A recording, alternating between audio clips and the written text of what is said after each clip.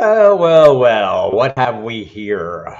It must be Saturday. Time for the Ask Me Anything live stream at Football Diehards. Thanks for coming to the YouTube channel. I'm Bob Harris. How's everyone doing? We're getting a little further away. We're like a full week removed from the last day of the draft, and we've been able to do some sorting out. Hope you've caught the recent live streams. Had a great one Wednesday night with Mike Fiala. Talked some Dynasty. We're going to talk some more rookies today with John Laub. But there isn't a ton of news out there, people. Which is okay with me. Most of the interesting things that are going on, if you're drafting a best ball, is anyone out there doing the best ball mania? Good morning, Golf Boy. Is anyone out there doing best ball mania? We need to do a show on that, I think, at some point here, and to get into that because I want to play some of that. I'm playing so much best ball this year. I want to get into the big tournament and figure some things out. That'll be great. Hi, Dame. Hi, Andrea. Thanks, everyone, for coming. I appreciate everyone's time. As always, really appreciate you giving us this portion of your day. And appreciate you coming Wednesdays. We do it at 7 p.m. Wednesday, noon on Saturdays. Today, we're going to cover some things that have to do with rookies, and that's because John Laub, if you go to the website, by the way, we have a great website. It's called FootballDiehards.com. You'll love it. Go there. If you're not a subscriber, you can subscribe and get 15% off using the promo code DieHards. I highly recommend it. Great staff. And that staff includes the one and only Gridiron Scholar, John Laub, who now has, if you go to the site right now, you will find his Fantastic Fantasy Freshmen, his top rankings, right? And the rookie rankings are important because if you're out there doing dynasty drafts, I know I'm in multiple dynasty drafts right now. And it's, I'm trying to sort these things out and I'm trying to make some tough calls. I made a trade yesterday. I'll have to ask you follow John on Twitter at GridironSkull91. Find all his work at Football Diehards as well as other places, tons of it on his Twitter profile. So John, welcome to the program. How are you today, young man? I'm doing great, and I've been with you guys and reading Football Diehards for at least 25 years now, so it's a pleasure to come on. Now we got the TV show, right? Ask Me Anything. So this is a new endeavor, and I love coming on, and the draft is a week in the rearview mirror, so let's talk rookies. Yeah, let's do it. And you do, by the way, John has done a great job over the years. I mean, I would go back, I want to say to the late 90s and, has done rankings for us in the past and done a lot of stuff. John, early, big contest winner. Now we all play these big contests. You won a big contest early on, right? Yeah, 1993. It was a salary cap kind of contest. It was more like a stock market, I should say, where players had values that moved up and down. And it was a 17-week salary cap contest. And I ended up, ahead of 15,000 people. And I met Emil immediately afterwards. And I think I met you within the next year, Bob, by email and communication. So we've known each other for a long time now. Yes, we are dating ourselves here. Good afternoon, JR. Good afternoon, Mr. Scampers. John Bonneville, always a pleasure to have you. And Bonneville notes, Hakeem Butler is Steelers camp. It's finally happening. Okay. Yeah, I think so. Let's just stop on that for a moment. By the way, all your comments and questions are welcome. We'll get into them. Mr. Scampers, by the way, no best ball mania for him yet. I'm kind of waiting too, but I do want to start discussing it here. And I think there's some reasons to get in early, some reasons to get in late, and kind of spread yourself out, over time to kind of maximize various potential. So it'll be interesting. Also, can see the point of waiting until the very latest possible if money's on the line. I think it maybe depends on how many shares you're going to buy. So Hakeem Butler, this is just my general perception, John, and I'll just throw this out here and let you comment on it. These guys that are playing in the other leagues, they do tend to fare really well. I don't know if that translates well. That's my thought. I think Hakeem Butler's had a chance. Somewhere Matt Waldman would love for him to come through. If y'all remember the rookie scouting portfolio that year, he was very high on him. But John, what are your thoughts on these guys from the USFL, XFL, moving back up into the NFL? That's a great question because most of the better players in these other leagues, I've actually seen at the college level. So, and they were in my prospect rankings if they've been around for the last 10 years. And I think I had Hakeem Butler in the top 4. I wasn't the most bullish, but I did think he'd have an NFL career. Obviously, it has not worked out up to this point. But the reality is, Bob, when you look at the history of these leagues, most of the players at the skill positions do not translate as well at the NFL level. You get special team contributions. I do think you get players who can play along the offensive and defensive line, give you depth at like in the secondary, stuff like that.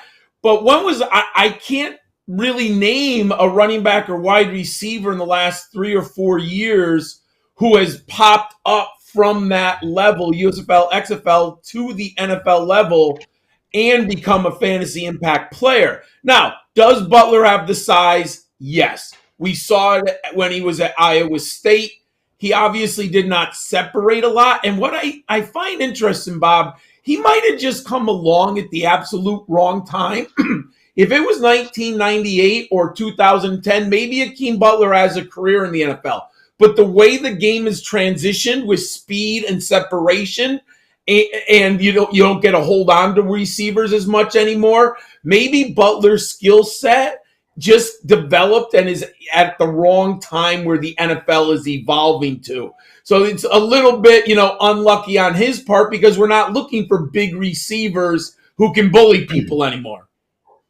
Right. I feel like, a lot of this, we're just chasing talent, and it kind of also translates to something I talked to Mike Fiala about on Wednesday is, there are receivers who are on my dynasty rosters who I may never let go of, right? You're just waiting for them. I talked about what I drafted this year early prior to the draft was Xavier Hutchinson. I feel like he's one of those guys that in 10 years will still be on my roster, probably no longer in the NFL. It's just these wide receivers, I tend to collect them. I think I'm not alone in this. Good morning. Who else came in? Oh, Albert, good to see you here. Before we get into your rankings, and again, they are up on the website right now if you want to check out John's rookie rankings. But John Bonneville wants to know your take, because they aren't in your rankings, on Luke Musgrave versus Tucker Kraft in Green Bay. That's going to be one of the battles. Right now, I do think Luke Musgrave, I have him ranked higher in my dynasty rankings, and I do expect I had him in my pre-draft rankings higher. The ceiling is clearly there with Luke Musgrave. If he can stay healthy and on the field, the potential is just phenomenal. We've seen it, but it's in very little spurts. I think Kraft's going to make the team and be a very impactful player down the road because I think he provides a lot of options. I think he's an underrated blocker. I do think he's a good pass catcher. He doesn't have the athleticism of Luke Musgrave, but he does have an NFL future ahead of him. Ironically, in a dynasty draft, I would probably draft the one who comes at the lower value right now. If Tucker Kraft is sitting there in the 5th round and I want a tight end as a backup, maybe my 2nd or 3rd tight end, I like Kraft there because we've seen players go into training camps and they outperform their draft capital. So I like Kraft. I'd probably be inclined to draft Kraft at what I look at early ADP right now. Yeah, I think that makes sense. I mean, picking one in this case, Seaver. I think Musgrave seems like he's the guy, but we'll see. I have a couple comments. John Bonneville was super excited, thinking Brandon Zylstra coming out of the CFL was going to be the next Adam Thielen. That also didn't work out. Shane would like you to know that the Zylstra run is not over yet, though. Even with Sam Laporte in Detroit, Shane Zylstra still is going to vulture a touchdown, he says. And Mr. Scampers, of course, everyone's favorite all-airport team member, Brian Edwards, heading for a 12th-year breakout. I certainly hope so, because he's one of those many that are on my rosters. What a specimen. A specimen of what? That's the question. So appreciate the questions and comments. Keep them coming. We'll intersperse them throughout the program.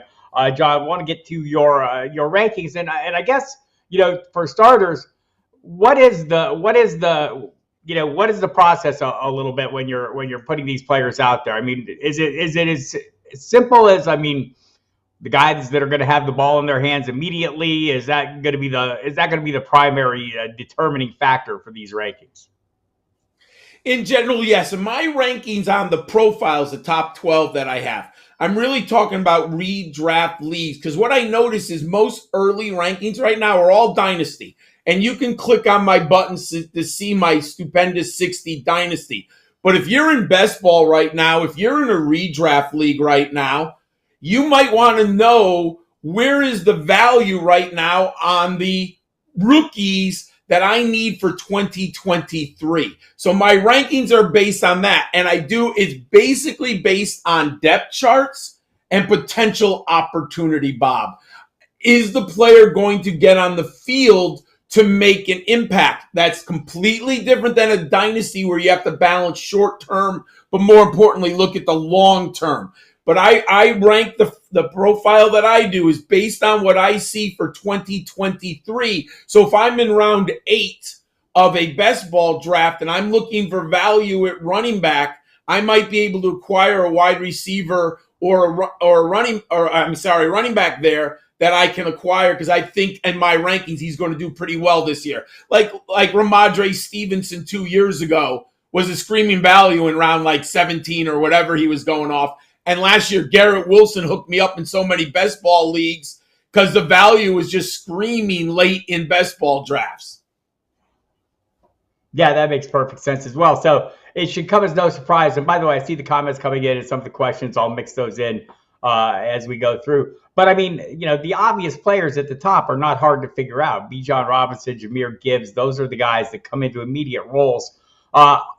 It's hard not to like the landing spot for Bijan Robinson, given the way Arthur Smith ran the ball down the stretch last year. We had, Tyler Algier, a top 10 running back over the final month of the season. And a lot of that had to do with the offensive line and less to do with Tyler Algier. This year, it'll have to do with the offensive line and Bijan Robinson. Correct, John?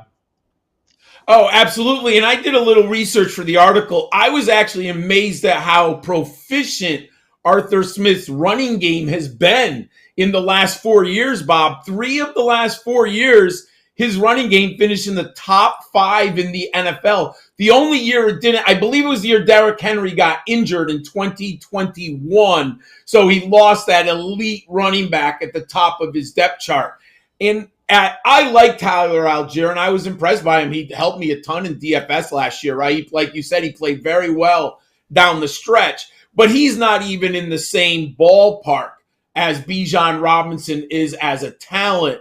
And what I like even more about him is his pass catching. Arthur Smith has not had a running back who can line up in the slot and catch the ball 20 yards down the field, Bob. I mean, if there's one weakness in Derrick Henry's game, it's always been the pass catching. And what does he get? 25 to 35 catches, nothing significant. Tyler Algier was not a proficient pass catcher. So I feel like now Arthur Smith has a new toy.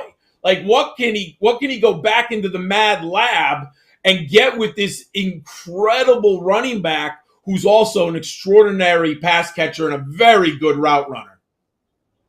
Yeah, it's funny because, we haven't, I think we have seen it, but we haven't seen it, right? Arthur Smith, the offensive mastermind who got his job in Atlanta as kind of that, high-end offensive thinker. We haven't seen that to date, but I don't know that he's had all the pieces, and he still might not. Desmond Ridder, I'm looking at you, young man. But hopefully, as he assembles, we see the Kyle Pitt, Arthur Smith calling Peter Skoronski boring pot meat kettle. It is kind of true, that, to this point, it just hasn't been great, and he hasn't maximized the talent of Kyle Pitts, something we all expected. And, I thought Drake London was serviceable last year, given the quarterback situation. I know Dwayne McFarland floated something out on Twitter about the percentage of catchable balls that were thrown to Kyle Pitts last year, and it was like incredibly low, below 60%, where at average the tight ends are getting closer to 80% on the catchable pass rate, and Pitts was nowhere in that neighborhood, right? And probably I'm guessing that was an affliction that was shared with Drake London, right? So. We'll see, but they are getting pieces, and we'll see if they can't build that up. Bijan Robinson is a big piece. They've talked about using him in unusual ways, a lot of lining him up in the slot, etc. And maybe we'll still see some Tyler Algier and some Cordero Patterson. But the days of those guys being prime values, I mean, they are values now. I mean, Cordero Patterson is turning into a free square play. I think his role will still support some touchdown production, but Bijan Robinson's the pick there. And Jahmyr Gibbs. I know Mike Fiala, mentioned, Gibbs is the top receiving asset of this group. And need knowledge, Bijan would be the top receiving back in this year's draft if there was no Gibbs. But Gibbs is a really good receiver, and we've already heard about Detroit using him out of the slot. that being Gibbs as well. So seems like both these guys are in really good places. Absolutely. And I think that Lions would be justified in putting David Montgomery and Jahmyr Gibbs on the field occasionally at the same time, because you can put Gibbs in motion. You can line them up. I think there's been, if my memory, I watched the Georgia Tech film a while ago in Alabama, but if my memory serves me right, I've seen Gibbs run out of like the Z position in the formation. You could really do a lot of things with Jahmyr Gibbs. And David Montgomery, however you think of him and his fantasy value and all that, he's a professional NFL runner. Yes, does he leave some yards on the field? You can make that argument, but he is good near the goal line. They paid him in free agency, so they obviously want to use him. So Gibbs, his ceiling probably isn't as high as Bijan's, just because I think Montgomery's going to steal some goal lines. Plus, Jared Goff is a proficient thrower of the football. He's probably going to have 25 touchdowns, right, in that offense. Hopefully some will go to Gibbs. But I think Gibbs, I have him projected at 50 receptions, and I try to be conservative. Could Gibbs go to 60 receptions? I think it's possible. I just don't want to project the high end for a pass catcher. But in PPR leagues and everything like that, I think Gibbs is going to have a tremendous season because of the PPR upside with his pass catching. Yeah, I think that 50 catch range is about the sweet spot for me as well. We have some questions here before we dig through the rest of the rankings. Those guys are at the top of the rankings, and we won't run through them all, man by man, because you can go do that on the FootballDiehards.com website, which I highly recommend. It's fantastic. I have it on good authority. Sources tell me. By the way, appreciate you coming to the YouTube channel. If you haven't subscribed to this channel, please subscribe to it. Hit the notification bell. Hit the like button if you like what you're seeing here. I'm going to hit the dislike button just so somebody has it and our karma is in balance and everything. We have some questions, though, John, that I think are pretty good questions. We want to get to them. By the way, John Bonneville says Tank Bigsby better be up there. And I'm going to tell you, John, you might be a little disappointed.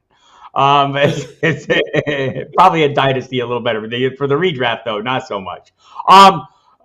Scott Kobe wants to know who we have in the horse race, and my question will shock you when I say, what horse race? I don't know anything about this.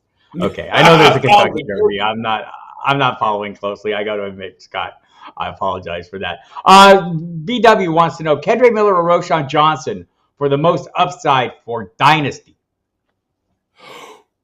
So I'm going to go Kendre Miller for upside. I did have him graded higher than Roschon Johnson. And if you're asking me to bank on an organization that has had more success offensively, I'm going to go to the Saints. I just believe in the organization to put points on the board on a regular basis. And I know they've had a turning over with Dennis Allen at the head coaching position. But I believe the Saints will be able to put points on the board. And Justin Fields is going to cap some of the touchdown equity of any running back in Chicago. When you just have such a proficient runner at the quarterback position, yes, you might want to limit, the 13 touchdowns rushing from your quarterback, but he's going to get 8 minimum with the upside of 12, which obviously hurts your starting running back. So I'm going to go Kendre Miller there. Yeah, I would do the same over the long term. I think if I was just drafting for this year, it would probably be less so about this year. Like both, like Jamal Williams, 28. I'm sorry, Roschon, Jamal Williams. But for the long term, I think Kendre for sure. We'll see what happens in Chicago. I have, my lean right now is I think Roschon's going to have a pretty robust role because I don't know how invested they are in Foreman. It wasn't a huge, big money deal. I know the reporting last summer, John, was that the coaching staff liked what Khalil Herbert did, but also, they weren't the regime that brought him in. So maybe there's not as hard and fast ties there. So we'll see with Roschon. But I think shorter term for me, it's him. But Kendre Miller's a bit more of a wild card in that, look, if things don't go Alvin Kamara's way at his trial, July 31st, that's a big day.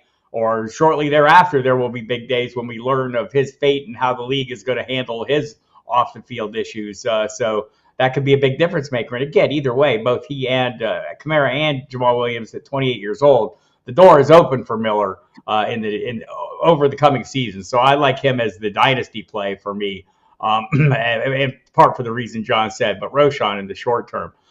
Kieran Hinton wants to know, Bryce Young versus the Sun God in the PPR. I guess this is a dynasty. What you're doing here is I'm going to guess. Here we go. 2 quarterbacks, super flex, 4 wide receiver slots. So there you go, John. That's a setup. Bryce Young versus Amon-Ra St. Brown in a 2 quarterback league. I'm guessing this is a startup draft. That's a great question. I would probably go Amon-Ra St. Brown because I feel more comfortable in the long term with the PPR receiver. When I got to play, I'm going to assume a 12-team league. That's 48 receivers are played every week. And I do have some, even though I like Bryce Young still, there is a floor or something could happen that he doesn't fulfill. Look at all the quarterbacks we've seen. Right? Carson Wentz, Jared Goff, Jameis Winston, Marcus Mariota. The odds of the quarterbacks hitting long-term in a dynasty, we have to assume there's a chance he might not hit, right? The odds are there. So I'm going to go with Amon-Ra St. Brown. I think at least for the next 3 years should have a very nice role for the Detroit Lions. Yes, Mr. Scampers agrees. Always Amon-Ra is the answer, and I tend to agree with that as well. You've got a pretty sure thing there versus an anticipated strong player, but how long is it going to take that offense to develop? John Bonneville says. So we have some other questions here. I think this one is interesting. JSC wants to know: can you make an argument that Chase should go ahead of Jefferson? I can make that argument. I can make it easily in Dynasty, is that I know who Jamar Chase's quarterback is going to be for a very long time. Right? I mean, it's safe to say he'll be with Joe Burrow, where Justin Jefferson, there is going to be a change of the guard at that quarterback position in our lifetime in the coming seasons. Right, John? Is that the difference between those two right now? And in the short term, doesn't matter. If this was a season-long league, I mean, I have Jefferson ahead of Chase in my rankings, but I think you could easily make a different argument there. It's just kind of personal preference. I think for me, I go Cup, Jefferson. I know I'm going with the old guys. Imagine that. But I think Cup, Jefferson, and Chase are all in that conversation for me. And if it's longer term, then you bring the quarterback into play. Bob, I had this choice in the only dynasty draft I've done this year, and I did take Chase ahead of Jefferson, and it was specifically because of Joe Burrow. I feel real comfortable, and I know the Bengals are notoriously a little tight with their salary and their money, but I don't see how Cincinnati can let Burrow and Chase leave. I think they're very committed to those 2 players. So I think you have more stability with Chase and Burrow.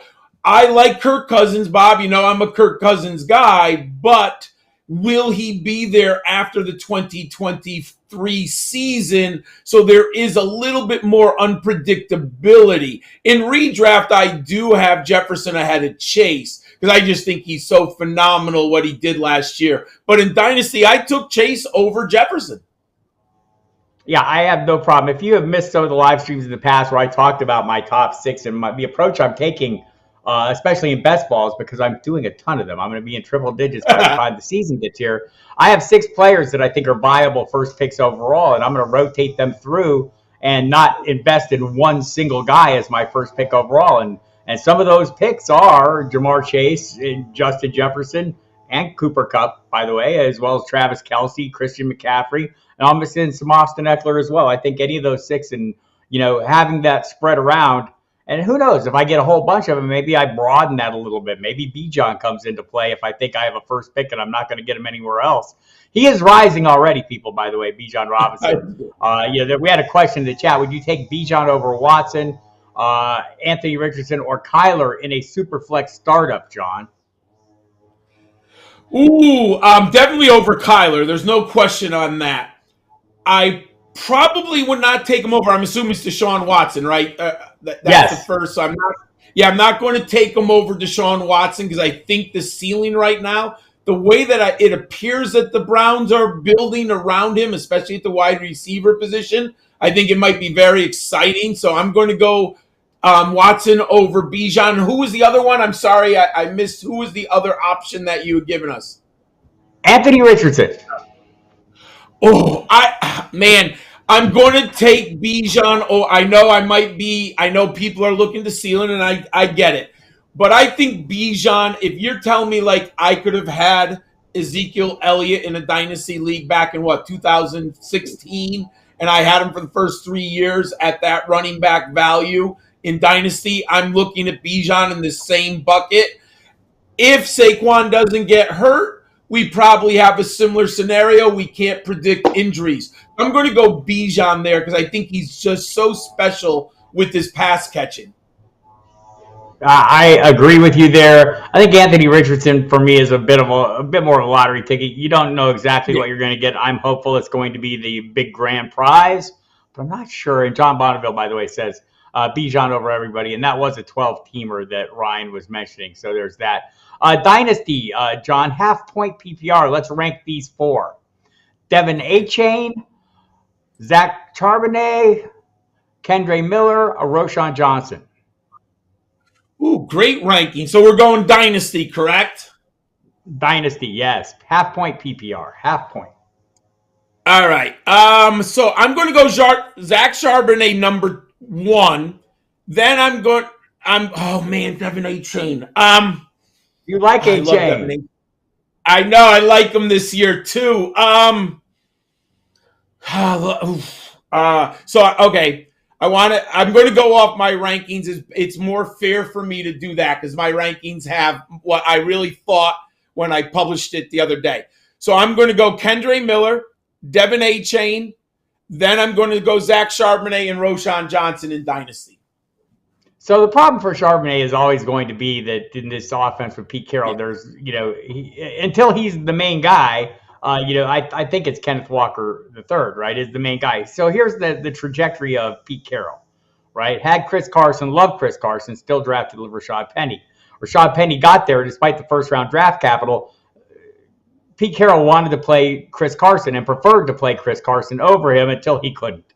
Then Rashad Penny takes over, gets a pretty good run there, but they bring in then a guy named Kenneth Walker III. They're still sticking primarily with Rashad Penny until he gets hurt, and then Kenneth Walker takes over.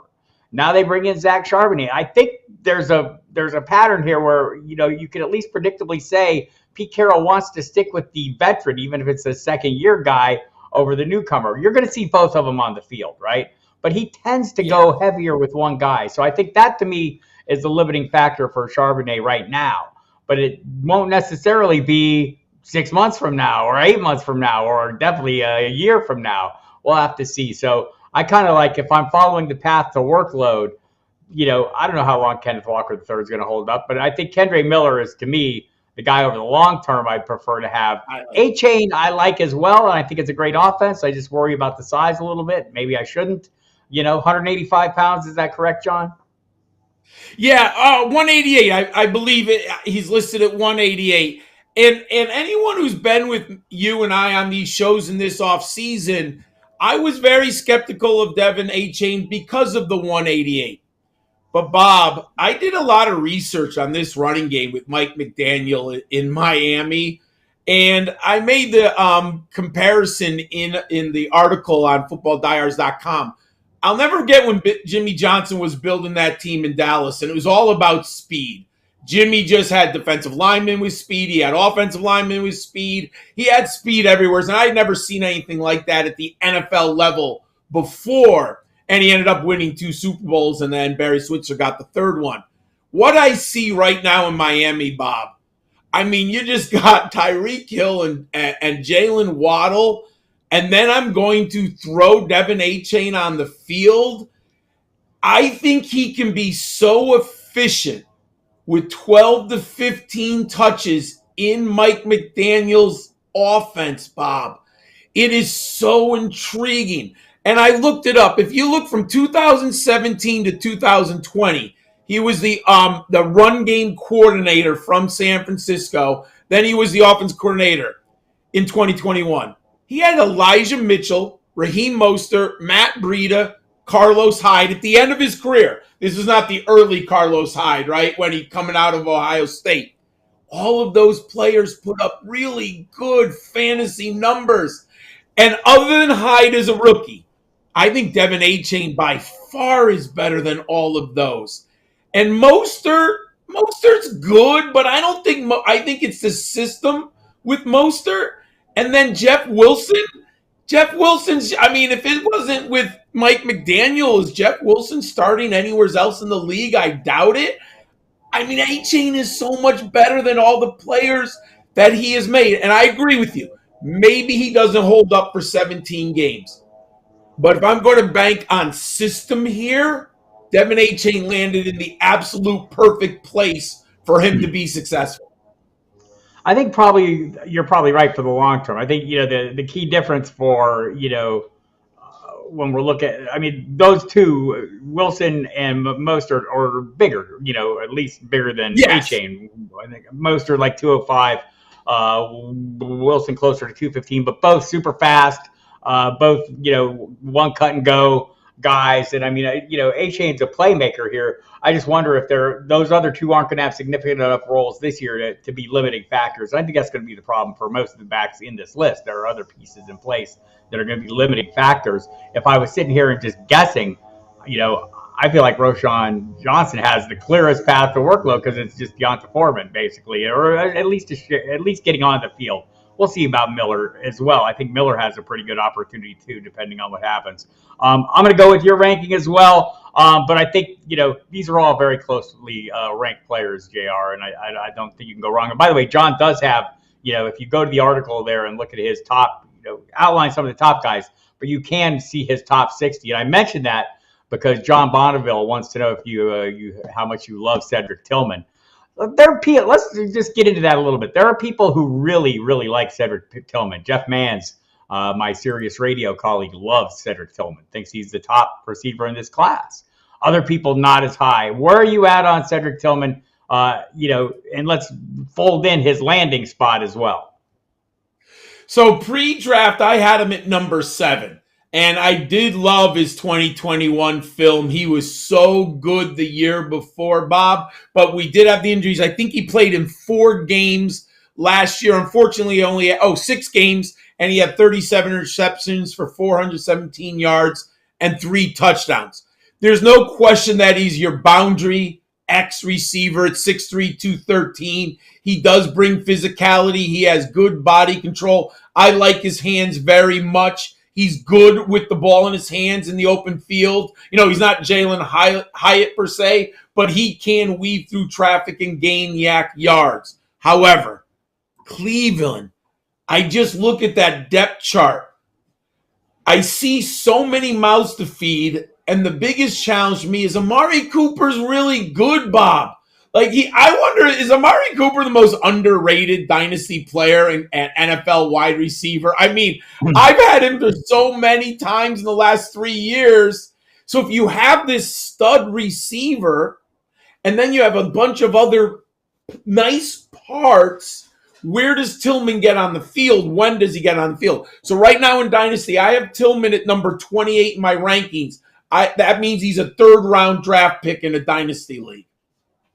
Yeah, I think Tillman may be a year away, just given the way that roster is constructed right now. They brought in Elijah Moore, Donovan Peoples-Jones, and maybe gets another shot at that number 2. But I do think Tillman's the guy that could rise up pretty quickly if anything happens.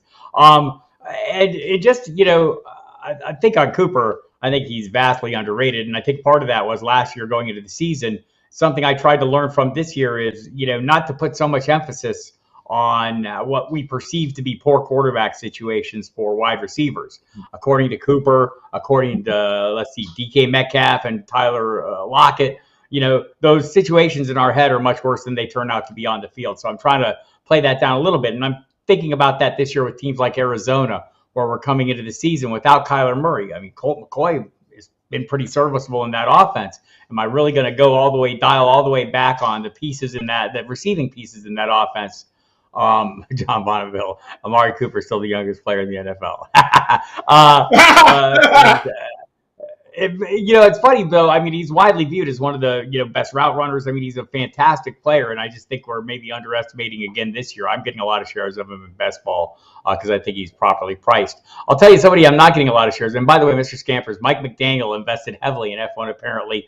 JSC wants to know, is it crazy to say Wilson has more upside than Mostert? It's not crazy because Wilson is still 27 and Mostert is 31, right? I think that's, to me, that's maybe where you view the upside. We've seen the tail end of Mostert. Although you've got to acknowledge Mostert does not have a lot of mileage. I mean, he spent like the first 7 years of his career as just running up and down on kick coverage, right? That was the extent of his work. So, but he's struggled to stay healthy when he's given the role. He's great at it.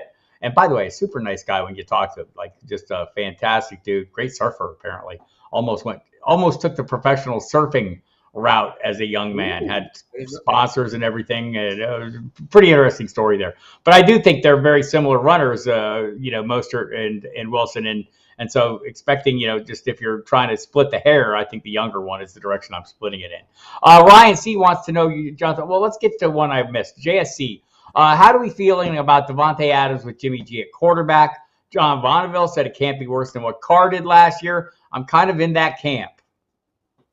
Oh, me too. I like Davante Adams so much. He's going to get fed the football. Jimmy G, for all of his faults, we know he can get the offense, put it into the end zone. Davante Adams, you could make the argument he's the best wide receiver. He had some good receivers in San Fran, so that's interesting. But I do think he's the best receiver Jimmy G's played with.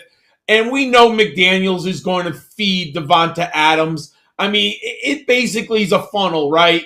Josh Jacobs, Davante Adams. I don't see it differentiating very much. They might get another receiver involved. Who knows at the tight end position what's going to develop with Michael Mayer. But I think that funnel is pretty narrow in Las Vegas. So I don't see how Davante Adams doesn't get 150 targets. So again, I just think it's going to be all hands on deck with Davante, first round pick in fantasy. I love him this year.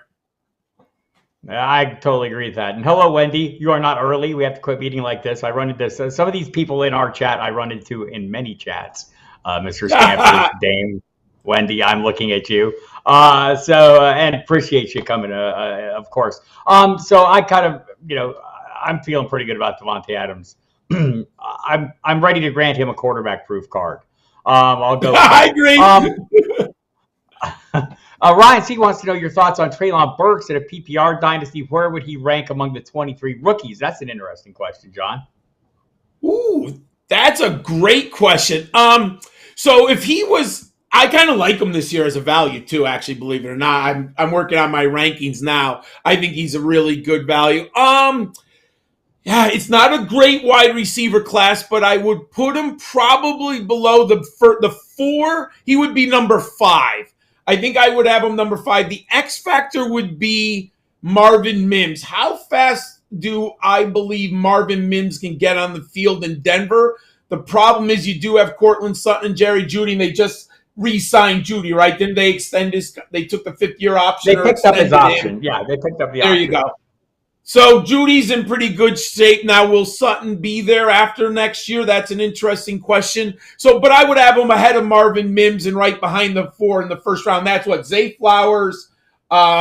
We end up with Jackson Smith and Jigba, Jordan Addison, Quentin Johnson. So I would probably have him at number 5. That seems fair. My concerns with him remain unchanged. I think it's one more year of not a very pass-heavy offense. I'll put it politely, and so we'll see what kind of work he can carve out there. Mr. Scampers, Adams joins Nuke as elite quarterback proof. Yes, both of them following in the footsteps of the great Andre Johnson, who pioneered the world of quarterback proof wide receivers during his tenure as a Houston Texan. Again, I'm not eagerly investing in the Tennessee passing attack. But let's twist it to this year's rookies, John. Let's say Will Levis gets into the mix early on. Does he force them to? Does he have the kind of arm that forces them to make some changes, take some shots down the field, or and let's assume Derrick Henry is still healthy. They traded up in the second round. They did acquire him. Tannehill missed a significant chunk of time last year for the Titans, right? Plus, he's a little older. You do have to assume they're going to transition at one point within the next 2 years to Levis. I do feel like Levis has the arm strength to take advantage of one-on-one opportunities with Treylon Burks deep. I think when you have a receiver like Treylon Burks, Bob, the one thing your quarterback has to do sometimes is force the ball to big receivers like Treylon Burks, right? He might not have the most separation, and that's not how he wins. But when you have him one-on-one down the field, Bob, just throw the young man the ball, let him make a play, and I think Will Levis has the gumption and the arm strength to do that if he's given time in the pocket. Yeah, I think that's reasonable. And by the way, I mean, I do like Burks as a talent and everything. I just wonder if that offense is going to support him. Although John Bonneville loves him as a value, the Titans are desperate for somebody that can make plays there. The rest of their wide receivers don't inspire a lot of confidence. And I think he's trying to start a Kyle Phillips fight with me. And I wish you wouldn't do that, John Bonneville. Kyle Phillips. Trying to speak him into existence. Did I mention I have a lot of receivers on my dynasty roster? Maybe like Kyle Phillips might be one of them. All right, we'll see about this. JSC loves him some DJ Moore this year. Where are you at on Moore? While I'm not willing to grant him the quarterback proof card, I think he's at least applied for it. The application is in. So I feel, is there anyone been inspiring in Carolina throwing DJ Moore the ball and look at the numbers and targets he's put up? So I'm all at his value and where you can get him. If he falls, I'll scoop him up whenever I can. Yeah, I think that's kind of where I'm at as well. I'm not afraid to take DJ Moore. Look, he's been so consistently productive over the course of time. Last year was kind of the outlier year, and it was still not the most horrible year you could see for a wide receiver one, right? Yeah, it wasn't awful, right? Right. So, he's always getting something done, and we'll take more. Matt Eberflus spoke this week and said, Justin Fields is making steps, making strides, making progress, working on his footwork, which seems like the necessary ingredient there. So I do have some hope for DJ Moore, and maybe with a guy who's a quasi alpha. Not the prototypical wide receiver or X, one or the X as we view them, the big physical guy, but he's put up those kind of numbers. So I'm hoping that helps guys like, Chase Claypool become more something in the big slot. Maybe Darnell Mooney, if he's healthy, can, come close to replicating his amazing rookie year. So we'll see. Scott Kobe wants to know if we're both off DeAndre Hopkins or to get traded, or do we think DeAndre Hopkins is going to end up staying in Arizona or not? To set the table, John, I will remind you that there was an Instagram post this week. DeAndre Hopkins said, "Who said I want to be traded?" Well, I would like to kindly submit DeAndre Hopkins. You said it multiple times, so that's who. But where are we at on this one? Do we like the notion of him remaining an Arizona Cardinal? Do you think he's going to stay there, John? So I think he wants to stay there, and I think the organization would, especially, I would think the head coach wants him to stay. He's got to want to win some football games, and DeAndre Hopkins will help you win football games. So I do think everything's in place. However, from an organizational standpoint, Bob, does it make any sense to hold on to DeAndre Hopkins at his age? Like, don't you want to trade him now while there's value? Because I think they're going to have to go through a rebuild sooner rather than later in Arizona. So I feel like he might get moved during training camp or early in the season. Because what if they start out 0-3, Bob? And you don't have Kyler Murray. What good is it to have DeAndre Hopkins on that football team at that point? I don't think he ends the season in Arizona. It wouldn't surprise me either way. Just a side note on Arizona, Jonathan Gannon, it seems like he's a little bit in over his head. I think he's going to learn quickly that when all the levels of attention that come with being an NFL head coach versus not being an NFL head coach. Had some little comments at the uniform unveiling, and I think he was just trying to make a joke and make light.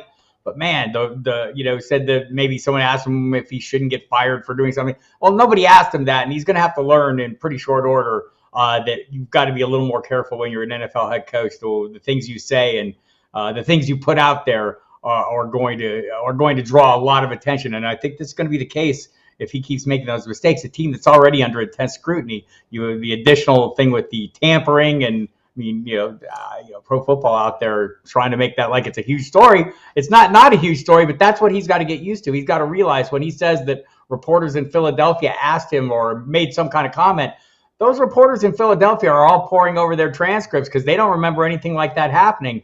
And everyone's going to put it out there. So you got to be loose lips sink ships, coach. You got to be a little more careful about that. And in a team where already the players have expressed their disregard for the facilities and there are issues with ownership there that people are not keen on him. This is going to be an interesting season for the Arizona Cardinals. And if I was an Arizona Cardinals team, DeAndre Hopkins, go ahead, Bob. I still cannot believe that the Cardinals players have to pay for their food.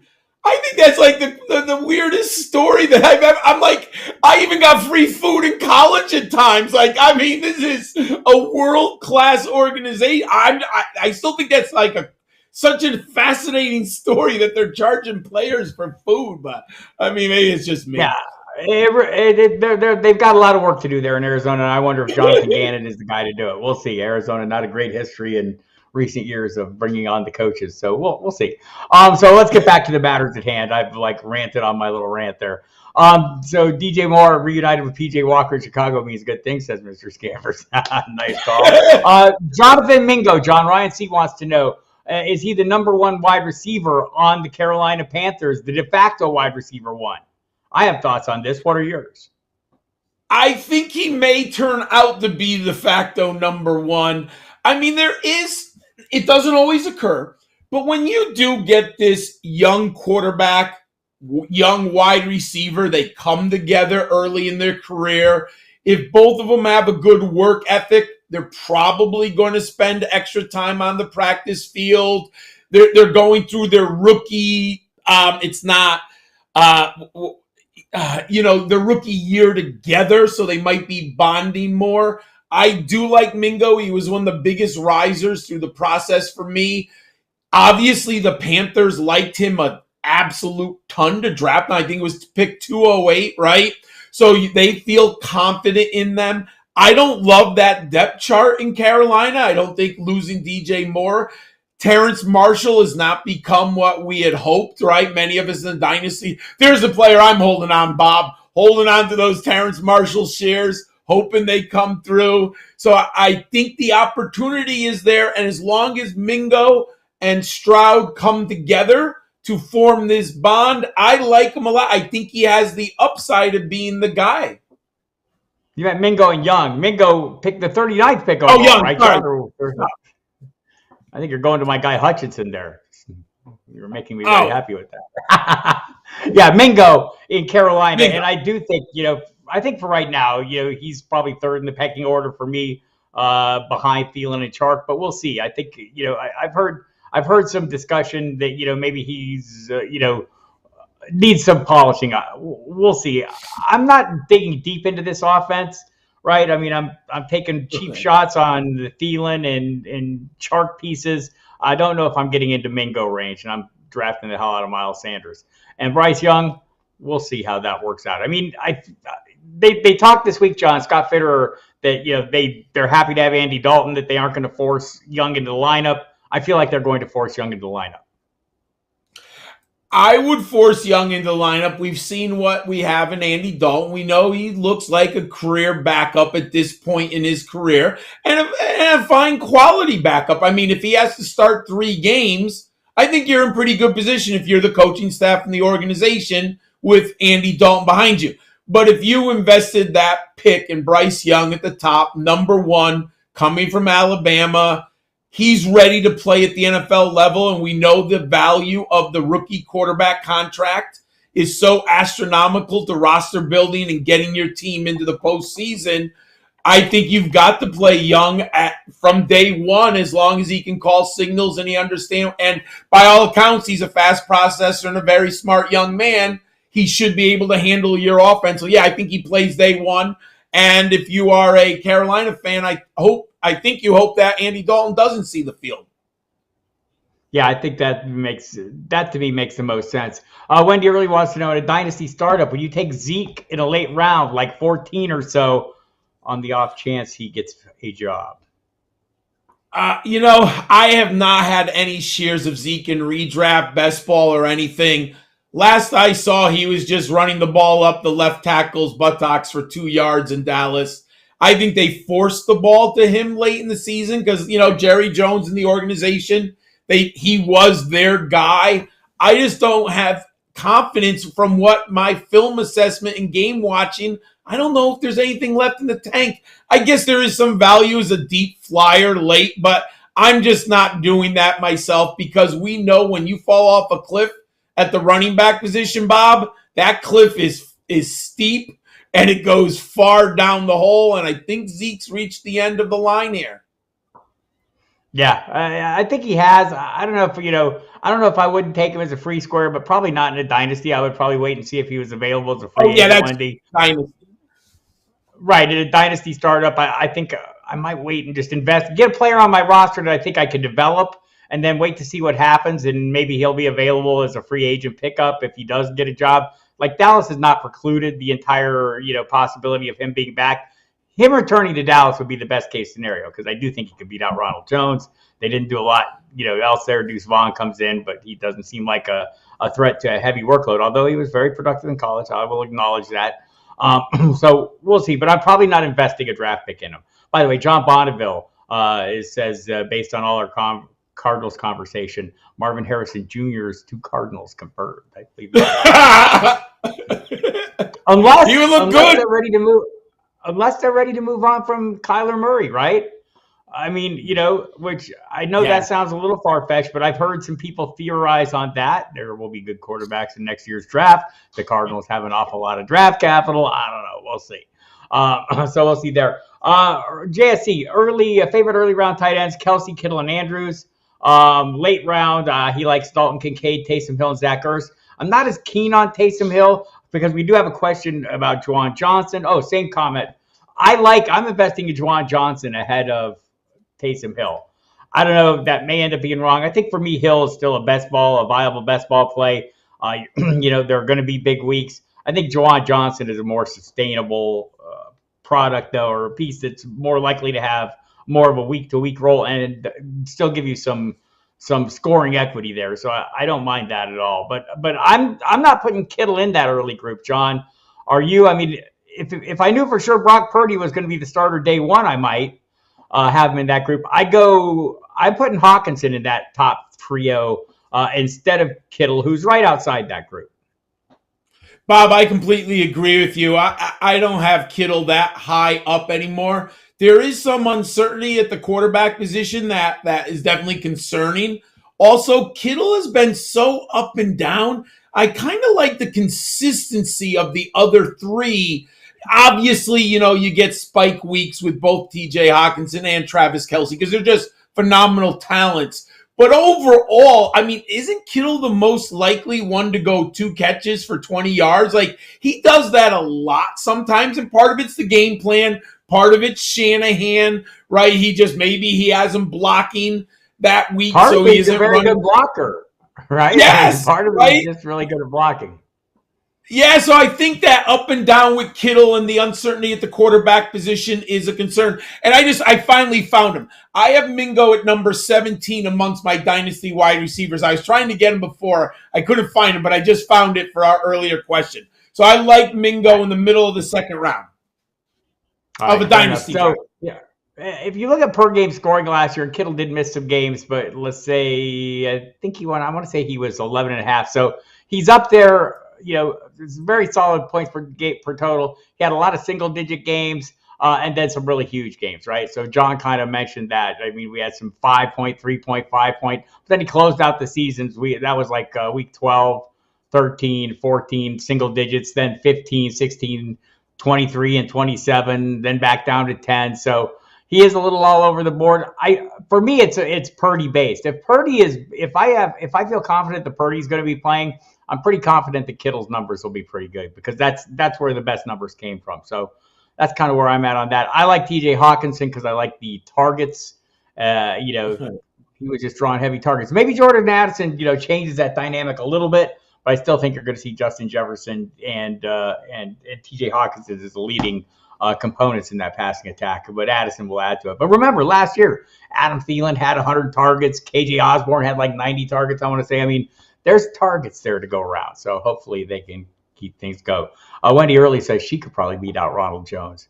I was like this close to taking a last round share of Ronald Jones in a best ball last night, and I couldn't do it. I just couldn't do it. I had him in the queue. I could not do it. I could not pull the trigger. I hope I don't feel stupid for that. Brian Larkin wants to know, John, about the medical condition of Sean Tucker. I heard that he's gotten all that cleared up. The Buccaneers did give him substantial money as a free agent, undrafted free agent, correct? They did. I mean, I think he might, if I might have read it, but I think he got the highest running back undrafted UDFA contract. So they obviously are interested in him. I am still surprised he didn't get drafted at all. But I would say if the Buccaneers decide to make a decision based on that type of investment, they must feel like the medicals are at least good enough to bring him into training camp. Now, I don't know why no one took him in the 6th or 7th round late. If you can sign him as a UDFA and give him that type of money, I'm surprised no one took him late. But you know what? He's on a roster in a training camp, and while we all love Rachaad White, that's not a very hard depth chart to move up quickly. And we always know there's injuries at the running back position, right? So I think Sean Tucker is a screaming late round value right now, Bob. Yeah, I think, I kind of looking around a little bit here while we're chatting, and I've had someone on this pod, I want to say, or at least a guest on the program, suggest that heart condition, which he was born with, is not going to be an issue, or at least he tested out. But we'll see. I do think he's in a good spot there, though, and he is a player to watch based on that investment. Got a few more minutes left. We'll get to a few more of these questions here. He's John Laub, the Gridiron Scholar. Follow him on Twitter at GridironSkull91. I'm Bob Harris. Follow me on Twitter at FootballDiehards. Follow the website at FFDiehards. Listen to the radio program. It's called Football Diehards. You can hear it tonight on Sirius XM Fantasy Sports Radio. It'll be Mike Dempsey and myself. We'll have Pat Fitzmaurice from Fantasy Pros on as a guest. We'll also have beat writers from a couple of teams on, and I could probably tell you what those teams are if I look. And I may well do that before we're done here. But let's get to some questions. And also, it's a website. It's called Football Diehards. Do you see a theme here? Like Football Diehards? Here. Go there. Use the promo code Diehards to get 15% off if you would so desire. Quick question. Could Malik Davis in Dallas have a bigger role than expected? I do think this is possible, right? I think any of these guys at this point, if they don't bring Ezekiel Elliott back, I don't know why you wouldn't think Malik Davis, who kind of got some looks last year, wouldn't get some more looks. I don't know. Maybe the real question here is what is Deuce Vaughn really capable of in a pro offense? That's a very interesting question. And Bob, it was a 5th round draft capital I think they spent on Deuce Vaughn, which at a running back position I'm fine with that value. Obviously, I had major concerns at his size and weight entering the draft. Where would he get drafted? But man, that depth chart kind of screams like there might be opportunity here for Vaughn. And I agree with Malik Davis. I think he's worth a flyer late in the draft. I mean, Tony Pollard he looks like he's the guy currently, but he's never been the proverbial guy. So I do think Malik Davis is going to get touches in Dallas. And if there's an injury that occurs, Deuce Vaughn right now, I would think is 3rd on the depth chart, correct? So there might be some opportunity. Right, yeah, I mean, so I think he's a fascinating player. I have him now at Dynasty in a 4th round value just because of the depth chart in Dallas.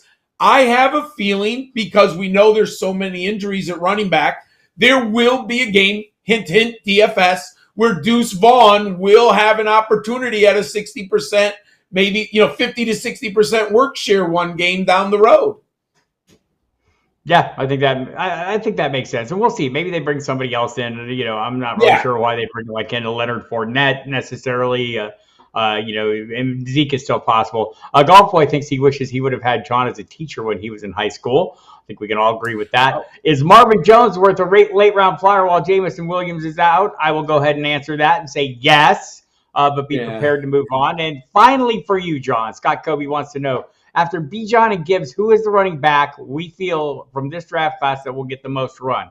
I think we covered that earlier, but go ahead and run it down for him again, John.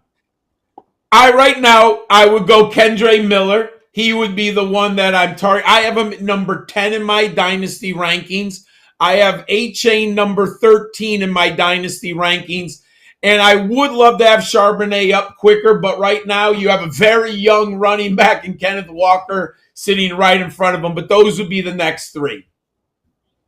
Right, and I kind of agree with that. I do like Roschon Johnson. I do like the landing spot and think he might have some short-term value. 4. But those guys are all in a knot for me, right? They're very close. So there you have it. And yes, Mr. Scampers closes it out by saying, Big Marv is always worth it. Marvin Jones goes back to homeland. Well, that was his second stop. What do I say? From Cincinnati to Detroit to Jacksonville, now back to Detroit. He's been around a little while, people. Started like a donut business in Detroit. He's done well for himself, that young man. And still a capable threat, I think, in this offense, especially with the pieces around him. So, yeah, I think until Jamison Williams is back, there will be a little bit of Marvin Jones juice going in there. All right, everybody. Thanks for coming. Again, man, there's lots of people you can listen to out there. I appreciate that you take a few minutes to listen to us. John appreciates it as well. Football Diehards is the website. You may have heard of it. If you have not, you should go there. It's an address on the internet where I work, and John plies his trade as well. If you want to buy the products there, you get a promo code. It's called Diehards. You get a 15% discount. By the way, if you were in our best ball contest, Troy, if you're out there listening, we're putting all that together. And we'll have the results of that here coming soon from last year's best ball. It is interesting. Listen to the Football Diehards radio program tonight on Sirius XM Fantasy Sports Radio, 7 to 9, or what is it? 7 to 9 Eastern. I've got to do the time zone translation in my head, and I'm not good at that because you have to be smart and know math and things. So 7 to 9 p.m. We'll have Pat Fitzmaurice on in the second hour joining us there. I'll say the beat writers will be, I think this week we're going to have Michael Rothstein from ESPN to talk Falcons, Vic Tafer from The Athletic to talk Raiders. So some of the questions you had today will be revisited with the Falcons talk in particular and the Raiders talk. Had some of both. So appreciate y'all. I'll be back on Wednesday at 7 p.m. for On the Hot Seat on this very channel. In the meantime, check out the channel, subscribe to the channel, hit the notification bell, check out the shorts. If you don't want to sit around and listen to us for an hour, listen to us for like 30 seconds at a time. It's great. I'm Bob Harris. He's John Laub. Over and out.